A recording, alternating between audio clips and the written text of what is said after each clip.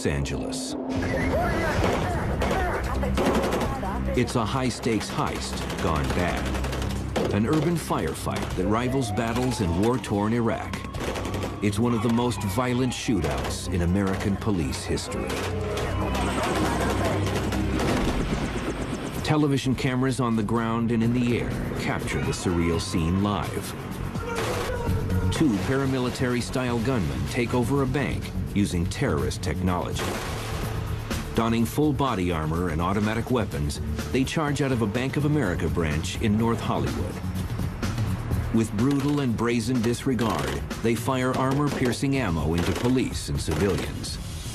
It was an all-out gun battle in the middle of a city street. They were there to kill people, and they didn't care who.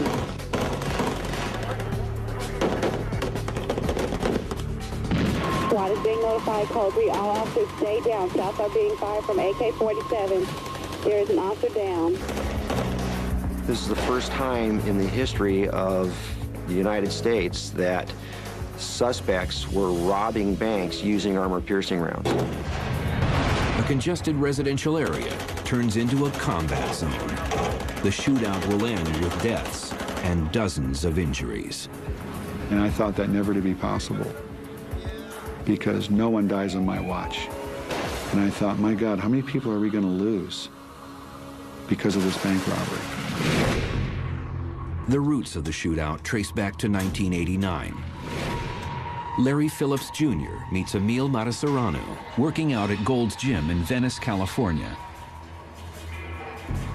Starving to strike it rich, they pump up for a lawless life. Larry already has a long rap sheet. He orchestrated a few real estate scams and was prosecuted for grand theft. Emil Matasareanu, an immigrant from Romania, is an unsuccessful software consultant. They actually did train together, not only with weapons, but physical training. And they were both very secretive. They told very little about themselves to anybody. In October 1993, Glendale, California police pull over Phillips and Matasareanu and discover an arsenal of weapons in their vehicle. After a plea bargain and 3 months in jail, the two gun fanatics petition the court and retrieve their weapons. By 1996, Phillips makes Matasareanu a partner in his next scheme, robbing banks. I think they found something that they were good at, and this might have been the only thing they were real good at. In May of 1996, they robbed 2 Bank of America branches in the San Fernando Valley and seize over $1.5 million. It's all caught on videotape.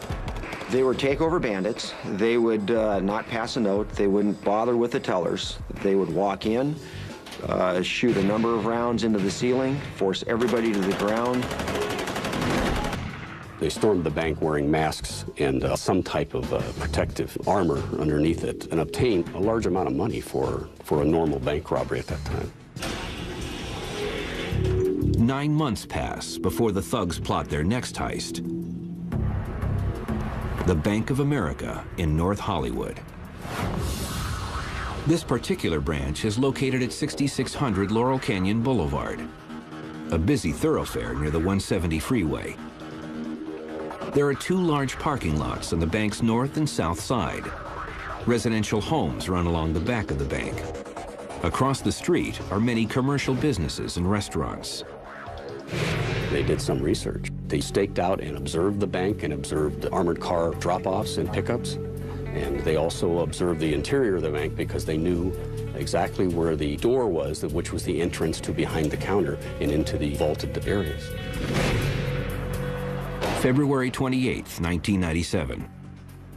The robbers dress to kill. Phillips dons 43 pounds of body armor made of Kevlar, a woven substance which is 5 times stronger than steel. He painstakingly sewed together his body armor, which covers the top of his neck down to his ankles. Matasareanu sloppily made his armor, which doesn't cover his arms and legs. However, he inserts a trauma plate into the front of his Kevlar vest to protect vital organs. You can't buy that body armor. They made it. That shows a lot of planning. The most chilling elements of their plan are the weapons. They assemble 3 AK-47s with 100-round ammo drums,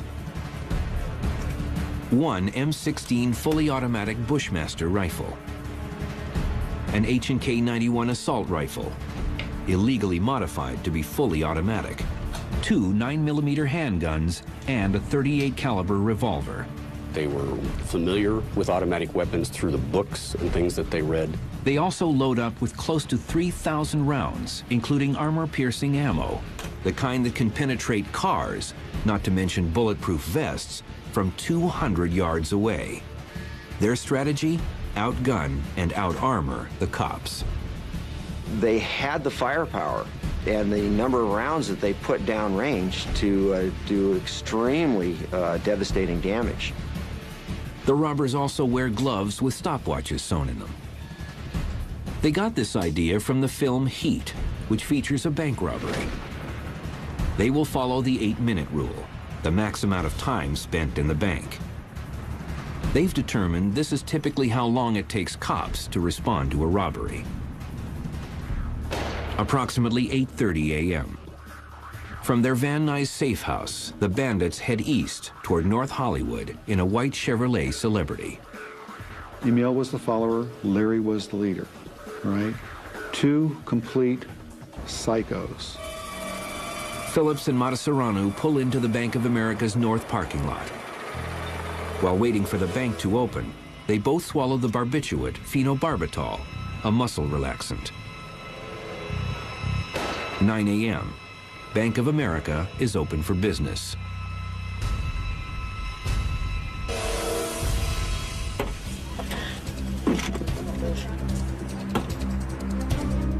(9:17 a.m.) Officers Lauren Farrell and Martin Perillo just happened to be cruising by. They witness 2 masked men entering the bank. It's a rare but fortuitous moment. They call for backup.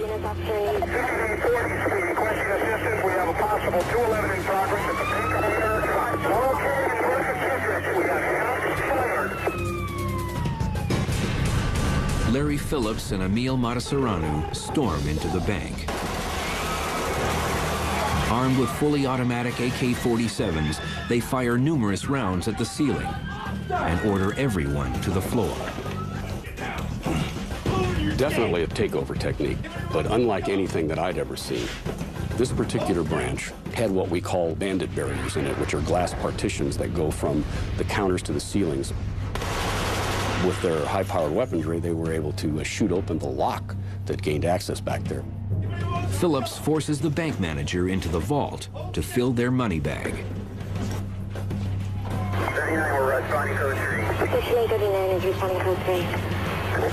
When he sees only small denomination bills, he releases a burst of automatic fire.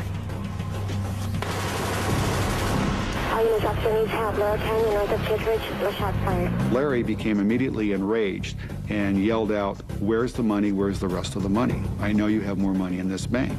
And they didn't, because he altered the delivery schedule. Undaunted, Phillips heads to the bank's ATM machine for more cash. They tried to get the branch manager to open that ATM. Policies had been changed and the branch manager no longer had access to the ATM cash.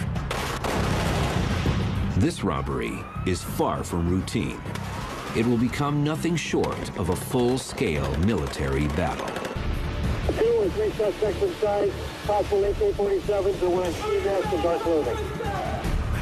9:25 a.m. North Hollywood, California. 2 gun-toting maniacs, Larry Phillips and Emil Matasareanu, are violently seizing cash at a Bank of America branch. They're wielding AK-47s, among the deadliest of assault rifles. Outside, Los Angeles police officers from the North Hollywood and surrounding divisions arrive. They set up roadblocks and move civilians out of a potential strike zone. All officers were securing the perimeter and attempting to keep traffic from coming or going. 15 to 20 officers position themselves around the inner perimeter of the bank, known as the Circle of Fire. One of the officers is James Zaborovan, who's been out of the police academy for only 2 months. All the training was kicking in. I was thinking about policy and procedure, tactics. You're looking for tactical superiority. You're looking around you for structures that will provide cover if there is gunfire. Officer Zaborovan and his training partner, Stuart Guy, find cover behind a locksmith kiosk located across the street from the bank. They hunker down alongside detectives Tracy Angeles and John Krulak. Because we were one of the first people to arrive on the location, they were asking for someone to cover the front of the bank, which we elected to do. We thought we had a couple of guys in the bank with nothing but handguns, so we felt pretty secure being across the street behind the kiosk, which is about 50 yards from the bank. My partner and myself had body armor. Unbeknownst to us at the time, the gunman inside had, AK-47s that our body armor does not stop. Four shots are being fired from inside the bank. I want one unit on the north side, I want a unit on the south side, and I want a unit on the back, if possible.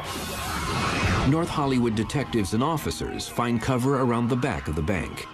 The strategy in all of these things is to contain the suspects at a location, control the situation, and attempt to take them into custody, whether through negotiations or their absolute surrender. Officer Martin Whitfield, 6 years on the job, and veteran Sergeant Dean Haynes deploy themselves in the intersection closest to the bank's north door. Personnel 42 is requesting a unit to safely position themselves in front of the front door. 9:25 a.m. After approximately 8 minutes, the gunmen abandoned the heist with a little over $300,000. They had expected to clear over $750,000, like they had in the previous robberies. Larry Phillips emerges from the bank's north door. Emil Matasareanu exits from the south door. Wearing combat fatigues and clutching AK-47s, they look ready for battle. Phillips eyes police blocking the northwest intersection of Laurel Canyon and Archwood. I believe Phillips was surprised. He wasn't scared.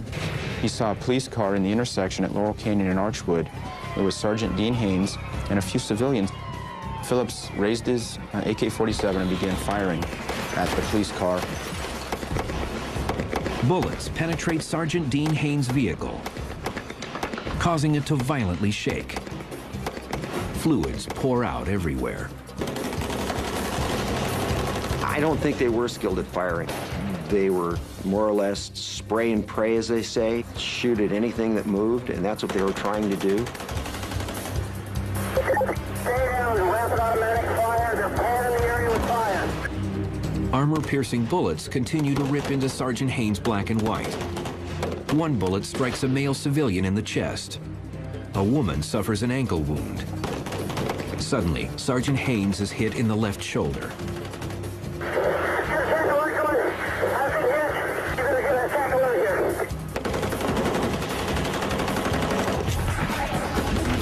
Matasareanu sprays fire in all directions. At the same time, Phillips targets the locksmith kiosk directly across the street from the bank.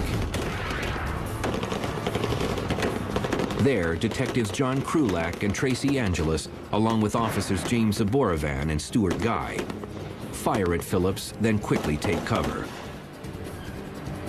When Phillips turns his back, rookie James Zaborovan raises his 12-gauge shotgun and fires.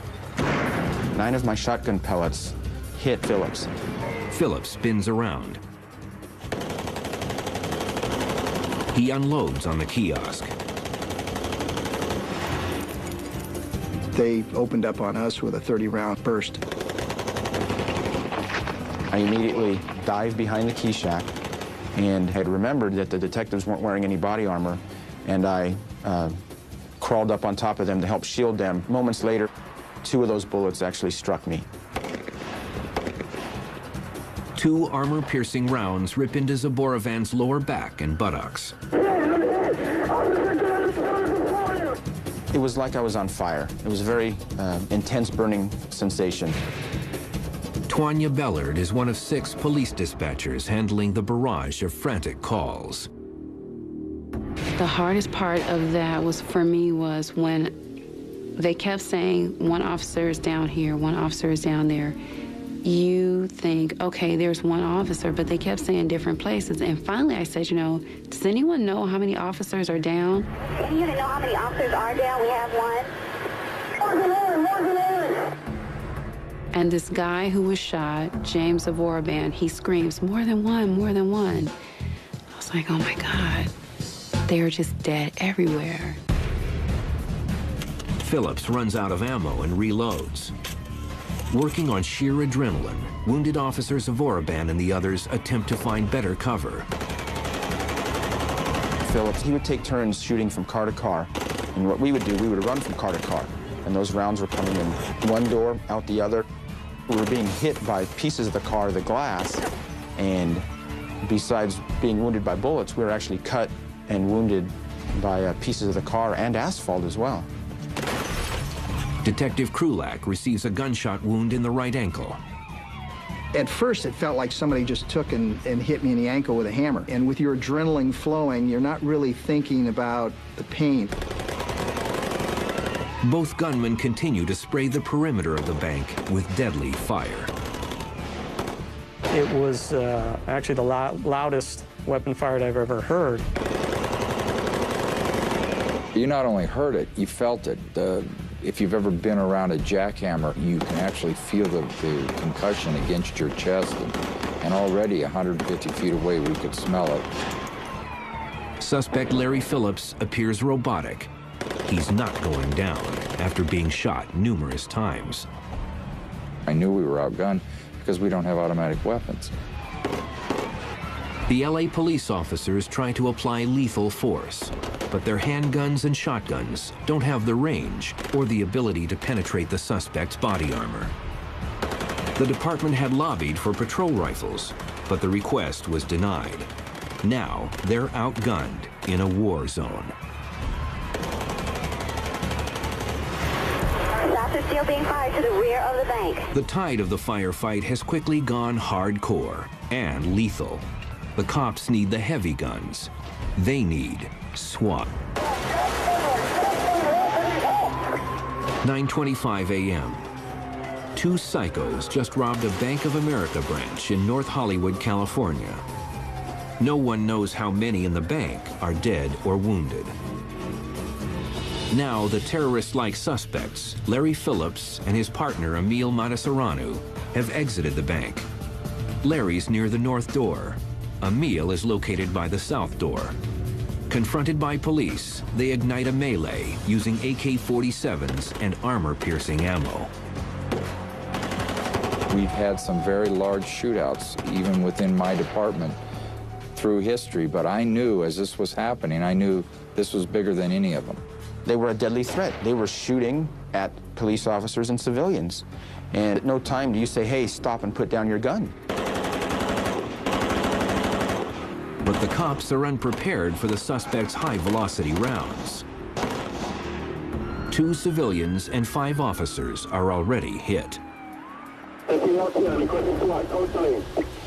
SWAT being notified. RA's en route for the officer down. All officers stay down.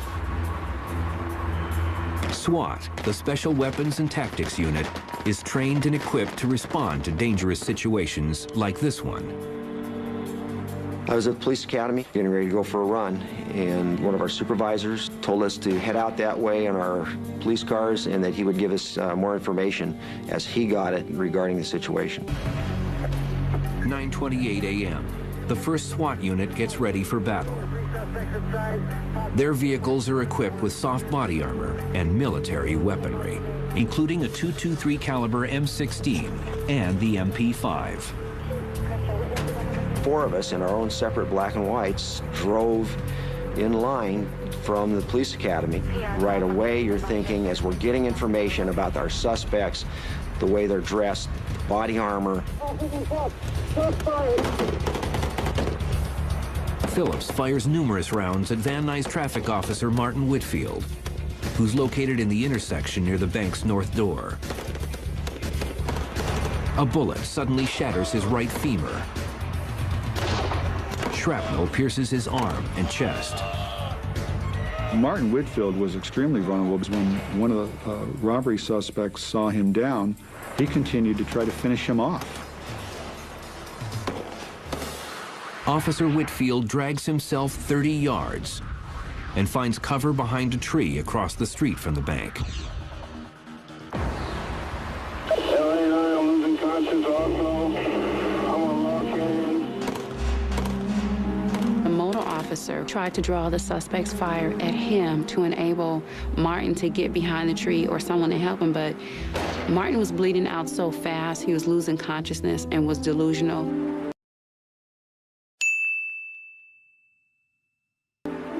Paramedics and the fire department desperately want to reach the wounded, but the relentless bursts of gunfire impede their entry. The only thing they can do is find cover and wait for SWAT. The one statement that no police officer likes to hear, that we have an officer down. I mean, that by itself, your heart falls into your stomach to hear that. Outside the bank, the two gunmen continue to fire on police. Officer James Zaborovan has potentially lethal wounds in his lower back. He takes cover behind parked vehicles along with Detective John Krulak, who's wounded in the right ankle. When I was shot, I wasn't going to lay there and resign myself to death. I was going to fight, and that's what I did. So along with that and adrenaline, it kept me going. Detective Krulak said, if you're able to run, we need to get out of here. We're not going to survive if we stay here. He placed his arm on my shoulder and kind of gave me a nudge in the direction of the strip mall. So I started running with Detective Krulak right behind me. I saw the doors to the dentist office. Both doors were shattered. I said, when we get to the glass, don't stop, go through it. Multiple officers hit in the parking lot and in the building. Dentist Jorge Montez watches the horrifying spectacle from his second-floor office, located directly across the street from the bank. Now the dentist hears screams outside his door. Zaborovan says, help me, I've been shot. The fear in his face was so horrible, and I'm telling him, I can't find where you're hit, where you hit. And that's how he told me on the lower back. It was like a 7-inch gash, 2 inches wide, and there's just blood coming out of there. He's squirming, he's still trying to call for backup. I knew he was in a lot of pain. 2 of the bullets came in and out, but one of them went in and there was no exit sign of anywhere, and that's the one that scared me the most. I didn't know if that bullet had gone into his liver and his kidneys and his lungs. I had no idea. That's where I was praying so much. Help me help this person so that he wouldn't die in my office. While Dr. Montez treats Officer Zaborovan, Detective Krulak maintains a tactical mindset. My concern was they saw us go into that building, so I wanted to make sure that I had that door covered. Krulak was saying that this shrapnel that in his leg was sticking out and it was burning. He wanted me to take it out. I said, I can't take it out because I don't know if it's in your bone marrow, if it's just crossing an artery or a vein. I'm going to leave it there. I'm just going to stop the bleeding. As we laid up in the dentist office, my primary thought was for my partner, for Stuart. In the academy, you're trained, you do not separate from your partner.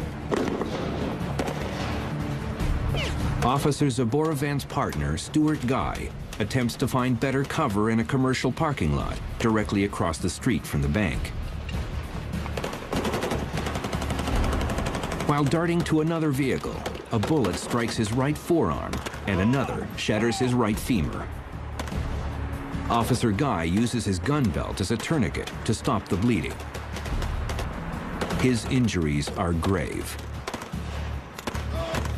Detective Tracy Angeles, who received graze wounds on her stomach and buttocks, reassures Officer Guy that help is on the way. The radio transmissions coming out, there's officers needing help. Time and time again, it was, I'm hit, I've been hit. We just couldn't stay there and keep listening to this. Detectives and officers take cover behind a cinder block wall at the back of the bank. They fire at crazed gunman Phillips, drawing his attention away from the police, positioned on the bank's north and west side. And thinking that we would then have a chance to confront the suspects, just began to do so when Phillips opened up with the AK-47 and the rounds went through that wall like it was butter. The chunks of the wall stuck in my face, stuck in my chest. All officers stay down. One suspect is still firing at officers in the rear of the bank. While sorting out where the injured are located, dispatch realizes that one of the officers, Martin Whitfield, is critically wounded and still dangerously exposed near a tree across the street from the bank. 9089, stand by. He was losing consciousness. We needed to get help to him. 9089, committed. And I was talking to everyone else who needed to know where he was, what was going on around him, how they were going to get in to get him help. We have an officer down Victory west of Laurel Canyon. He needs help. Code 3, he is passing out. 9837, can you respond to 9L89, the 6600 block of Laurel Canyon? Van Nuys officers Todd Schmitz and his partner Anthony Kabunik respond to the call. They will make a gutsy move. They will enter the line of fire to save a downed officer.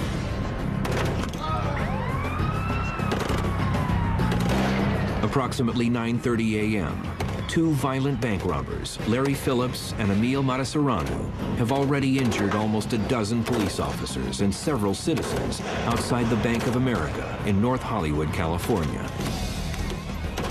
It was a war. It was a battle. This was 45 minutes of ongoing automatic weapon fire. Casualties coming, one after the other. Police dispatch calls for more units. The number of police swells to over 350. But law enforcement can't terminate the standoff.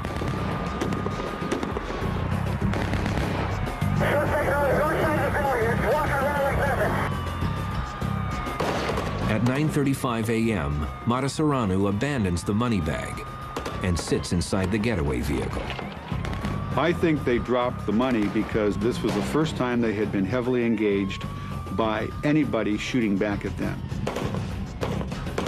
One wants to leave and the other one's having too good of a time shooting, or maybe he tactically believes he needs to shoot some more before he tries to get away. Phillips even shoots at police and news helicopters. Air unit, maintain your altitude. More shots are being fired from inside the bank. At one point, Phillips retrieves an H&K 91 assault rifle with .308 caliber rounds, even more deadly than the AK-47.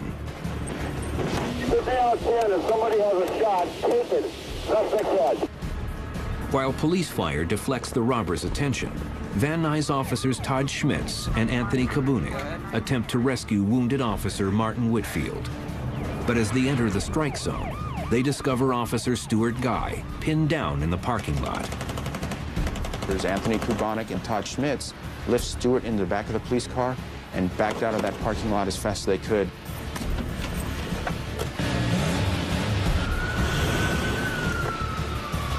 Without regard for their own safety, those two officers basically braved the gunfire to find downed officers. Officer Schmitz and Kabunik then hear a distressing call from the dentist's office. They drive back through the kill zone to rescue Officer Zaborovan and Detective Krulak. I remember, laying face down on the gurney in the back of the ambulance, screaming in pain. There was one bullet that lodged right at my hip bone. That bullet was surgically removed, and then I received roughly 70 or 80 stitches to sew up the wounds. Not at one point did I believe that I was going to die. Officer Martin Whitfield, who's still pinned down behind a tree, is clinging to life.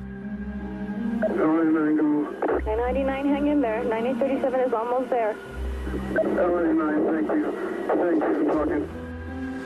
So I had resigned myself to the fact that there were people that were dead. We didn't know about it, and we would just do the best we could with what was left. The police grow desperate.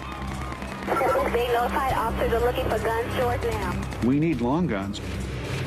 We need to defeat the threat. And some of our gang officers and our detectives went to BNB Guns Code 3. One officer at a gun store getting several AR-15s for the unit. The cops borrow several assault rifles with .223 caliber ammo. But by the time they're deployed, the first SWAT unit arrives.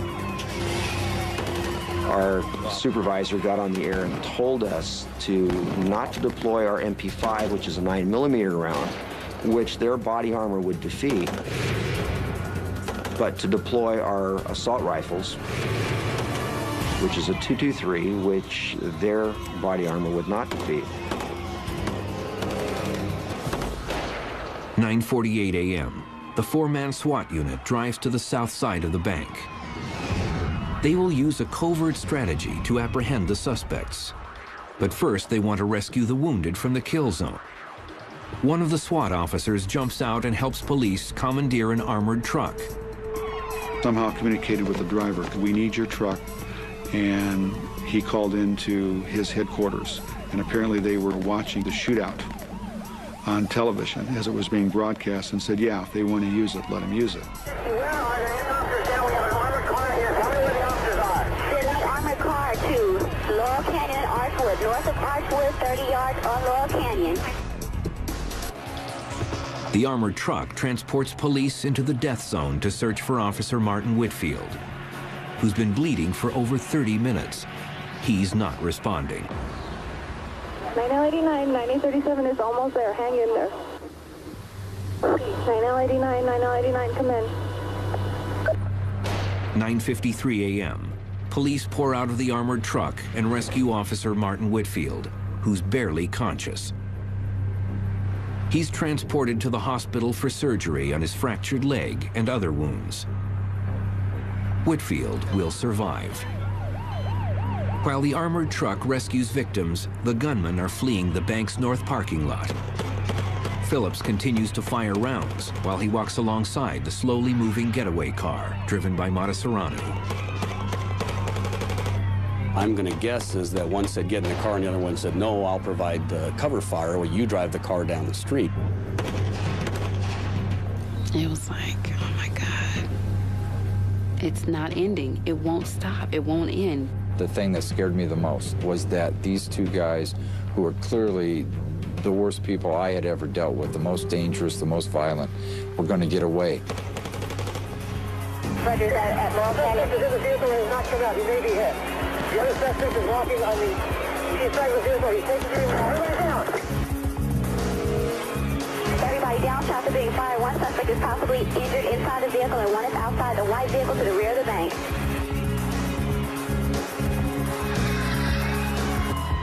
Phillips appears unfazed as officers shoot out the tires on the getaway car. We've got one suspect on foot. We've got one suspect driving the white vehicle. Matasareanu continues to drive, while Phillips ducks behind a tractor trailer. The suspect on foot is behind a long truck trailer rig. We left the backyard and we headed up the street to cut them off. I was met by Officer Caparelli, who was running away from the corner and shooting back behind him. He ran by me. I said, "What are you shooting at?" He said, "There's another one. He's under that truck." I don't remember exactly what I told him, but that's at that last few moments when Larry Phillips was walking towards us. I said, you know, this is it. You know, I'm going to feel him hit me. You know, I'm going to go down right here. And the second I turned, there was actually a fire hydrant right to my left. And I just jumped over the hydrant and I ran across the street.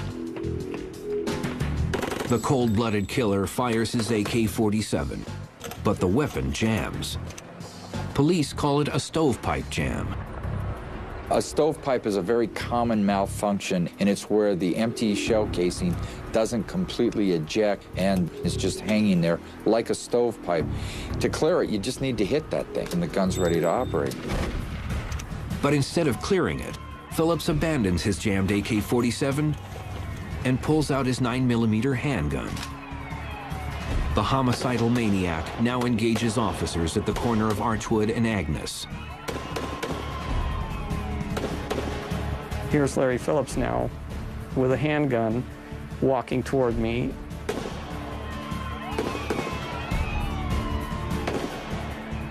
We engaged each other again. When he came into view, the first thing I realized is he's got a handgun just like mine.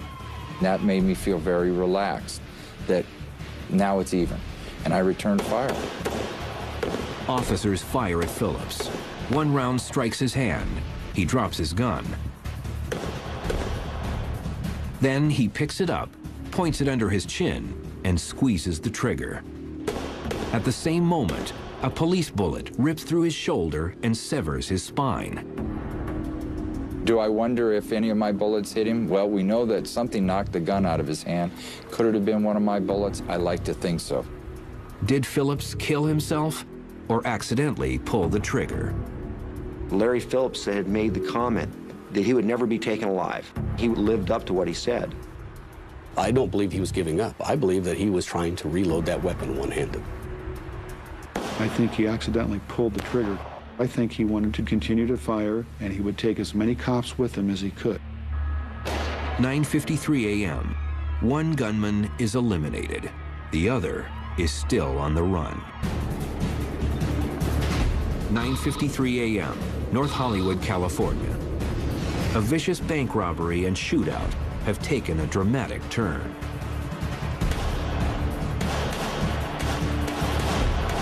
Approximately 10 police and 7 civilians are injured. And now, one of the shooters, Larry Phillips, is dead. He shot himself under the chin while a police bullet simultaneously severed his spine. I think the defining moment is when Larry Phillips went down. I think at that point, we knew that we had the upper hand. The second suspect, Emil Matasareanu, still flees down a residential street. He suddenly exits the passenger side and blasts the area with automatic fire. The suspect in the white vehicle is at Lamp. He's out of the vehicle. He's shooting at civilians. The suspect is out of the vehicle at Lamp shooting at civilians. Matasareanu then hobbles around to the driver's side. Police now believe he has been hit in the lower leg. The suspect is back in the white vehicle. He is now moving slowly eastbound between Lamp and Beck. It was literally impossible to block every side street simply because of the sheer numbers of side streets and people that live in the area. Matasareanu suddenly fires through his windshield and strikes an oncoming Jeep pickup truck. The driver of the pickup abandons his vehicle. Matasareanu pulls up and proceeds to retrieve more weapons and ammo from his trunk. The suspect is now in a brown truck westbound Archwood. Matasareanu now attempts to hijack the pickup, but the driver took the keys with him. Officers wave the SWAT unit down the street. They think they're going to rescue someone injured. Instead, they pull up within feet of the suspect. Matasareanu abandons the hijacked truck and fires at SWAT from the hood of his getaway car. More shots are being fired. Shots are being fired.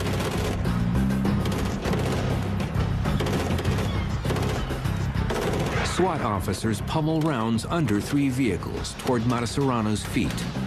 The suspect returns fire at close range using a fully automatic M16 rifle. Be advised, the suspect is prone out. He may be shooting underneath the vehicle towards officers. The officer is prone out and possibly shooting at the officers from under the vehicle. In looking back at it, I believe we had fired maybe 15, 16 rounds apiece.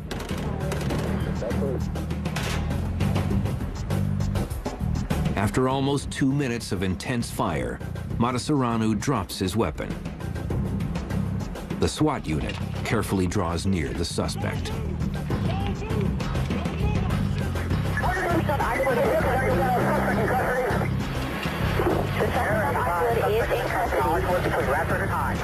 At 9:59 a.m., Emil Matasareanu is handcuffed. The nearly 45-minute ordeal is over. When the shooting stopped and we ran up to Matasareanu, he was swearing at us. He was angry. He didn't seem to be in any pain. He just seemed to be real angry that he had lost. Matasareanu will die before paramedics can reach him. We did request for paramedics to respond to our location, but we definitely didn't want to just let somebody lay there and die just because they're a suspect. And we also have to make sure that that area is safe For paramedics, they will not go into what they call a hot area as long as there is a possible armed suspect that is still outstanding. But the area is still a hot zone. Police receive information that a third gunman is at large and possibly holding hostages in the bank. We topped our magazines off, reloaded our weapons, and went back to the bank to rescue those 30 people that were still in the bank. Several SWAT units storm the bank. They discover the suspects had locked the 30 employees and customers inside the vault. I'm very surprised not only they didn't kill anybody in the bank, but I'm very surprised that they didn't kill anybody during that whole incident. The area is locked down until almost midnight. Finally, over 14 hours after the gun battle had begun, the search for a third gunman is terminated. It's our opinion now that there was only these two suspects. They made nobody privy to their activities, not even their wives. In the end, the two gunmen fired over 1,100 rounds of ammo. Police and SWAT fired over 650 rounds. 10 police officers and 7 civilians were injured. There were only 2 fatalities. Gunman Larry Phillips was shot 11 times, including a self-inflicted wound to the chin. His partner, Emil Matasareanu, was shot 29 times. You know, death is never a good thing, but I felt great when I knew that they had shot them. I was sad that they died, though, because they should have been prosecuted. They should have stood trial for what they did. Many of the officers received medals of valor for their heroism. Yet the honors and accolades cannot strip away the physical and emotional pain that many endure to this day. I have 2 or 3 herniated discs in my back with nerve pain running down my legs because of the injuries I received that day. There were sleepless nights going over and over in your mind. Why did that gun jam? What if it didn't? You know, it takes a toll. After this incident, I made up my mind that it was a good time for me to retire. As a result of the North Hollywood shootout, some officers now are trained to carry M16 assault rifles. Police want to end the shootout before it ever begins. I can guarantee you, if I was thrust into this situation tomorrow,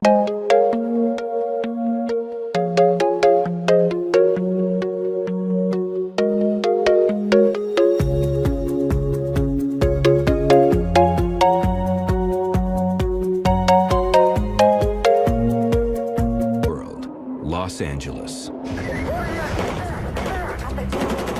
It's a high-stakes heist gone bad. An urban firefight that rivals battles in war-torn Iraq.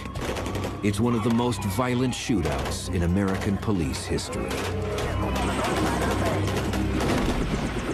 Television cameras on the ground and in the air capture the surreal scene live. 2 paramilitary-style gunmen take over a bank using terrorist technology. Donning full body armor and automatic weapons, they charge out of a Bank of America branch in North Hollywood. With brutal and brazen disregard, they fire armor-piercing ammo into police and civilians on the freeway. There are 2 large parking lots on the bank's north and south side. Residential homes run along the back of the bank. Across the street are many commercial businesses and restaurants. They did some research. They staked out and observed the bank and observed the armored car drop-offs and pickups. And they also observed the interior of the bank because they knew exactly where the door was, which was the entrance to behind the counter and into the vaulted areas. February 28th, 1997. The robbers dress to kill. Phillips dons 43 pounds of body armor made of Kevlar, a woven substance which is 5 times stronger than steel. He painstakingly sewed together his body armor, which covers the top of his neck down to his ankles. Matasareanu sloppily made his armor, which doesn't cover his arms and legs. However, robbing banks. I think they found something that they were good at, and this might have been the only thing they were real good at. In May of 1996, they robbed 2 Bank of America branches in the San Fernando Valley and seize over $1.5 million. It's all caught on videotape. They were takeover bandits. They would not pass a note. They wouldn't bother with the tellers. They would walk in, shoot a number of rounds into the ceiling, force everybody to the ground.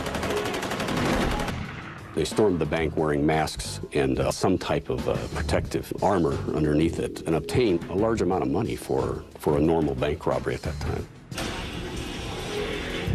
9 months pass before the thugs plot their next heist. The Bank of America in North Hollywood. This particular branch is located at 6600 Laurel Canyon Boulevard, a busy thoroughfare near the 170. Starving to strike it rich, they pump up for a lawless life. Larry already has a long rap sheet. He orchestrated a few real estate scams and was prosecuted for grand theft. Emil Matasareanu, an immigrant from Romania, is an unsuccessful software consultant. They actually did train together, not only with weapons, but physical training. And they were both very secretive. They told very little about themselves to anybody. In October 1993, Glendale, California police pull over Phillips and Matasareanu and discover an arsenal of weapons in their vehicle. After a plea bargain and 3 months in jail, the 2 gun fanatics petition the court and retrieve their weapons. By 1996, Phillips makes Matasareanu a partner in his next scheme. It was an all-out gun battle in the middle of a city street. They were there to kill people, and they didn't care who.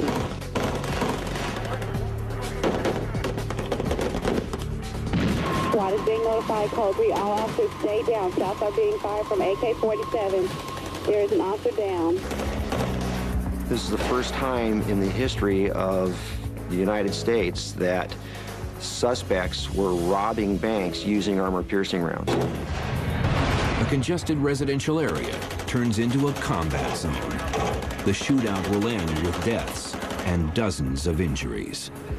And I thought that never to be possible, because no one dies on my watch. And I thought, my God, how many people are we going to lose because of this bank robbery? The roots of the shootout trace back to 1989. Larry Phillips Jr. meets Emil Matasareanu working out at Gold's Gym in Venice, California.